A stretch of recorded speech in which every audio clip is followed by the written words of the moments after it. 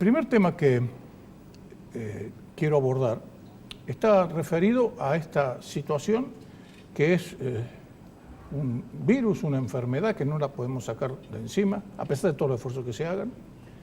Y muchas veces los esfuerzos no son necesarios o no se les da a estos esfuerzos toda la intensidad que tendría que tener. Me estoy refiriendo concretamente a la inflación. Y con la inflación, todo lo que viene después es complicado. Y el gobierno está hablando para este año de un 15%, y sin embargo la mayoría de los analistas, voy a considerar ahora tu punto de vista, coinciden que eso es muy difícil de alcanzar y que muy probablemente estemos alrededor del 20%. ¿Cuál es tu pensamiento? Bueno, más que mi pensamiento, hay una medición de expectativas de inflación, que se llama el REM, que la hace el mismo Banco Central sobre muchos analistas, y en la última medición da 19,3%. Estamos pegando cerca del 20% que vos decías. Creo que hoy por hoy es la mejor predicción, que es un resumen, un promedio de varias predicciones, que está bastante por arriba del 15% que dice el gobierno. Está 5 puntos arriba de lo que el gobierno fijó como meta, pero está también casi 5 puntos debajo de lo que fue la inflación del año pasado. ¿Qué está en el? El año pasado fue 24,3. 24,3. Yo creo que si el gobierno logra que la inflación baje 5 puntos por año, está bien. Se ha fijado desde el inicio metas demasiado ambiciosas para bajar la inflación. Recordemos que se esperaba en el 2019 una inflación del 5%, eso ya no va a ser así. Digo muy ambiciosas porque el nuevo gobierno, o el actual gobierno, que ya lleva 2 años, tenía inevitablemente que devaluar la moneda. Recordemos que el tipo de cambio está bajo de 10 pesos en noviembre de 2015, y tenía que ajustar las tarifas que también estaban muy atrasadas. Entonces, si había que subir el tipo de cambio, si había que subir tarifas, y además había un déficit fiscal grande, alto, que no iba a ser tan fácil bajarlo rápidamente, fue muy ambicioso pensar que la inflación iba a bajar tan rápido, ¿no? Si vos querés bajar la inflación con un apretón monetario, por ejemplo, con una tasa de interés muy alta, que tiene que compensar tu devaluación, suba de tarifas, no es tan fácil de lograr. Creo que hubo una visión inicial muy monetarista, como se dice en la economía, que solo eligiendo una variable monetaria, que fue la tasa de interés, poniéndola alta, con eso se iba a obtener una determinada tasa de inflación, más allá de que suba el tipo de cambio inicialmente o las tarifas. Bueno, creo que eso cambió en diciembre, cuando se fijó una nueva meta. Esta es el 15, que todavía es demasiado ambiciosa. También para bajar la tasa de interés, yo creo que no, como se dijo en diciembre, para que se apuntale la actividad económica, sino que lo que pasó en diciembre, producido por el mismo gobierno nacional, fue para que suba el tipo de cambio, porque el tipo de cambio se había vuelto a atrasar después de la suba inicial, y trajo un déficit comercial bien importante, un déficit de cuenta corriente, y en el gobierno deben haber dicho, antes que tener que ajustar en el 2019, que hay de nuevo elecciones, subamos el tipo de cambio ahora, fin del año pasado. Lo que pasa es que después hubo novedades a nivel internacional que le agregaron un poco más de leña se nos puso, a ese pequeño esfuerzo. No viento en contra, pero una brisa en contra bastante importante, ¿no? Es decir, claro. A nivel internacional lo que ocurrió fue que se apuró la suba en la tasa de interés que se esperaba en Estados Unidos, se esperan más subas en la tasa porque bajó el desempleo a niveles muy bajos. En Estados Unidos, cuando eso ocurre, empiezan a subir los salarios, ya se dio, y cuando empiezan a subir los salarios también se nota que sube un poco la inflación. Entonces en Estados Unidos lo que hacen es empezar a subir la tasa de interés antes que esa inflación ya tome un ritmo demasiado veloz. Pero si sube la tasa en Estados Unidos, atrae fondos del resto del mundo, sobre todo de países emergentes como Argentina, justo cuando Argentina está en un proceso de transición, de un plan gradual para bajar el déficit fiscal, y por ende necesita financiamiento todos los años durante 2 o 3 años más hasta que el déficit baje a niveles tolerables. Entonces, si esos capitales empiezan a venir en menor cuantía a la Argentina en este momento, este año, hacen subir la tasa de interés también en Argentina, y lo que podría ser más problemático es que empiece a escasear demasiado el financiamiento para Argentina, que suba la tasa y que pagamos por la deuda, y que obliga al gobierno a ajustar más rápido su gasto público. Ya hay un ajuste, por ejemplo las tarifas, que tenga que acelerar el ajuste del gasto público, y eso detenga finalmente la actividad económica. Claro.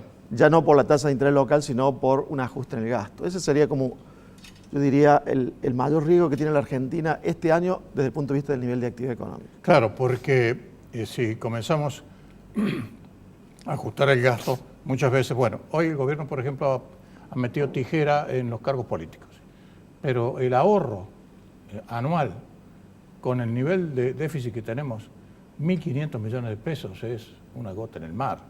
Es un buen síntoma o un buen ejemplo, una buena demostración hacia afuera, pero en definitiva no vamos a la esencia de las cosas. Si vos pusiste el acento sobre un asunto que forma parte de las críticas que se le hacen al gobierno, que es que este gradualismo es quizás demasiado gradual, por decirlo de manera suave, como diciéndole a Macri, ajustar las tuercas de una vez por todas, pero eso socialmente es importante, es casi imposible en este país. Sí, económicamente haría falta que baje el déficit más rápido. Política y socialmente quizás no sea posible de lograrlo. Política y socialmente. Claro que el gradualismo requiere de financiamiento en la transición hasta que el déficit baja, por eso recién ponía énfasis en que si se complica el financiamiento para Argentina, eso complica mucho al gobierno. Seguro. Y a lo mejor se ve obligado a ser más rápido en la reducción del déficit, o sea, en la baja del gasto público o en la contención del gasto, que es un riesgo, ¿no? Después se agregó también este año el tema del campo, con la sequía, que también Claro, porque restar si lo vamos a conversar enseguida, pero se está estimando una pérdida de entre 3.000 y 4.000 millones de dólares, y eso es un agujero, ese sí que es un agujero. Sí, puede llegar a ser el equivalente hasta un punto del PIB, que es mucho. El año pasado crecimos 2,8%, o sea, casi 3 puntos del PIB. O sea, si el campo saca uno de los que se creció el año pasado, va a estar complicado crecer más que el año pasado. Lo más probable hoy por hoy, por la situación internacional y por lo del campo, sea que crezcamos un poco menos que el año pasado, por lo que pasó de diciembre a marzo. Si me hubiese preguntado a mí en noviembre del año pasado, yo creo que mi perspectiva era que íbamos a crecer un poquito más que el año pasado. Sí, ahora me lo dijiste acá, un aquí poco. me lo dijiste. Lo dijimos acá. Antes de comenzar todo este lío. Es decir, por eso decía recién que este verano vino súper caliente en materia de economía y que hubo necesariamente que aplicar unos golpes de timón, como corregir, por ejemplo, los pronósticos. Sí, en general se han corregido para la inflación, para el nivel de actividad económica. Recién te decía, la inflación está en el orden del 20%, lo que se espera para este año. Hay gente que piensa que va a estar bastante por arriba. Lo que pasa es que desde el punto de vista de lo que la gente siente como inflación en el bolsillo todos los días, pesa mucho el aumento de tarifas. Claro. Pero las tarifas son un porcentaje relativamente chico del IPC. Por eso es posible que la inflación esté que no pase el 20%. Es factible de lograrlo. El gobierno dice que a partir de mayo las cosas van a ser totalmente distintas, que vamos a tener índices mucho más bajos. Lo que pasa es que, como te decía al principio, la gente no le cree al gobierno. Es decir, le ha errado tanto en los pronósticos, han sido tan optimistas que, es decir, el mentiroso en un momento determinado a lo mejor no lo hizo a propósito, no lo hizo mentiroso. Es lo que ellos creían que iba a ser el resultado de las políticas que iban a aplicar, pero este país es particularmente difícil y hace 70 años que venimos con inflación, es decir, no hay nada que hacerlo.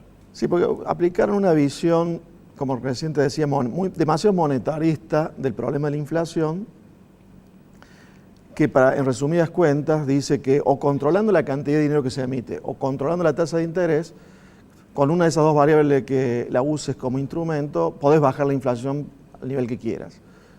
Eso yo creo que a largo plazo puede ser, pero en el corto plazo, dentro de un año, no es tan así, sino que pesan también qué pasa con el tipo de cambio, qué pasa con los salarios, qué pasa también con la emisión de dinero. Lo que pasa es que la emisión de dinero el año pasado todavía estuvo en niveles relativamente altos. Se acercó al 30% del crecimiento en la cantidad de billetes y monedas. La inflación fue 24,3%.